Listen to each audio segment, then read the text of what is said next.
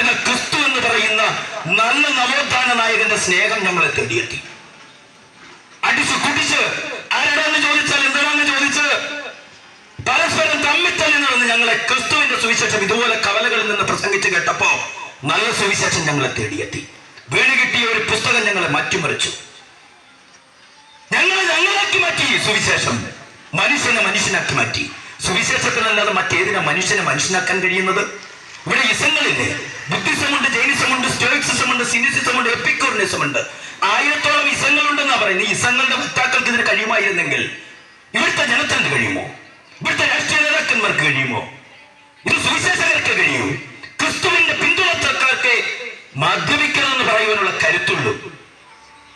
ഏത് രാഷ്ട്രീയ നേതാക്കന്മാർക്കുണ്ട്? ഏത് ഇസത്തിന്റെ വക്താക്കൾക്കുണ്ട്? പ്രിയമുള്ളവരെ, ഇത് പറയുന്നവരെ കല്ലെറിയുന്നത് യോഗ്യമായ സംഗതിയാണോ? മദ്യപിക്കരുതെന്ന് പറഞ്ഞാൽ അറസ്റ്റ് ചെയ്യണം, മദ്യപിക്കരുതെന്ന് പറഞ്ഞാൽ തല്ലണം. എവിടുത്തെ നിയമമാണ് പ്രിയമുള്ളവരെ? മനുഷ്യന് സ്വാതന്ത്ര്യമില്ലേ? എടാ, കുടുംബം നന്നാകണമെന്ന് പറയുന്നത് തെറ്റാണോ?